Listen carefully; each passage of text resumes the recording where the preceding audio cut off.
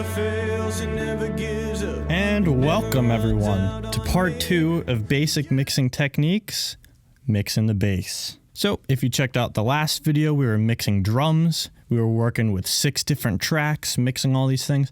Today we're just working on the bass track. It's one track only, and it's a lot more simple. So let's cut right to the chase. Let's hop into the session. So we're looking at the song One Thing Remains again. I recorded it a few days ago. Let's take a look at what the bass is doing. Higher than the mountains that I face, it's stronger than the power of the grave.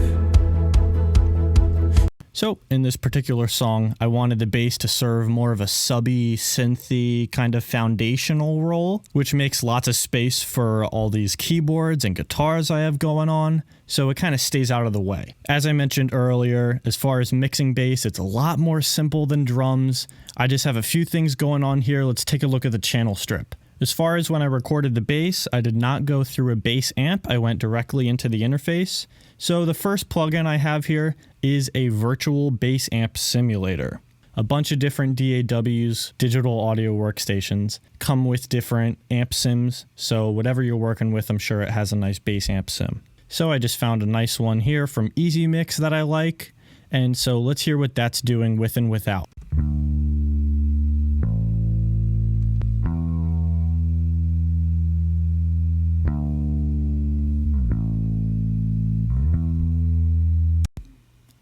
That makes it really nice and full. I really dig that. And then if you saw my last episode, you know I love using the Waves SSL channel strip for EQ and compression.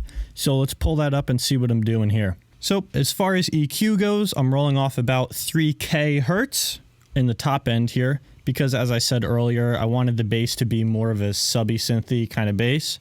So I didn't want a lot of that high end in there. If I were mixing for funk or R&B, I would totally leave those frequencies in there because there's less instrumentation.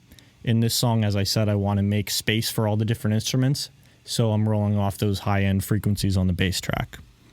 As far as these frequencies, I'm kind of doing the same thing I did here. I wanted to get rid of a little bit more high frequencies, so that's what I'm rolling off here. And then as far as the low frequencies, I wanted to bump a lot into this bass track to give it a little bit more of a full sound. So let's hear what it sounds like with and without these bassy frequencies added into it.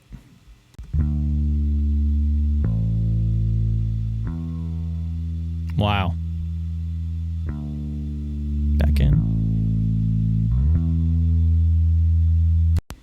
Really nice and full, right? And then as far as compression, you're probably asking yourself, Nick, why is there no gain reduction going on here on the compressor? And my answer to you is that as far as recording bass for worship, I love recording with compression on the way into the interface.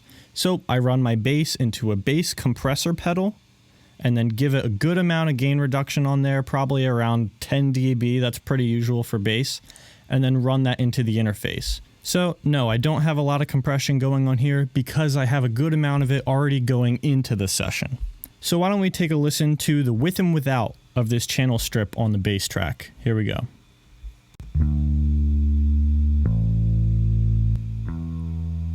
Wow.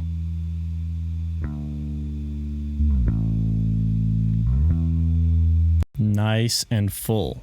So let's hear it in the context of the mix with and without these 2 plugins I put on it.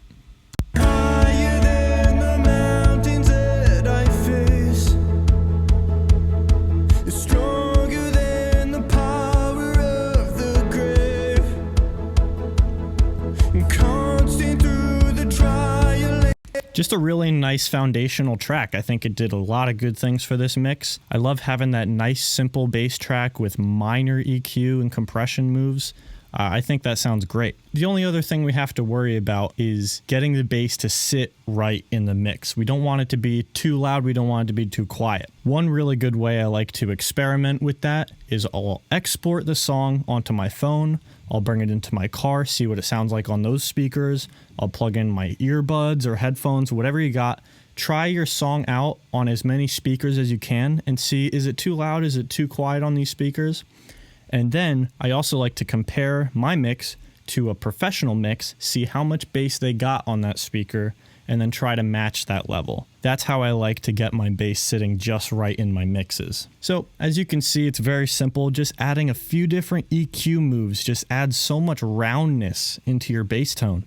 So I hope this was helpful, and I will see you in the next part of the series, mixing guitars. See you there. Debt is paid. There's no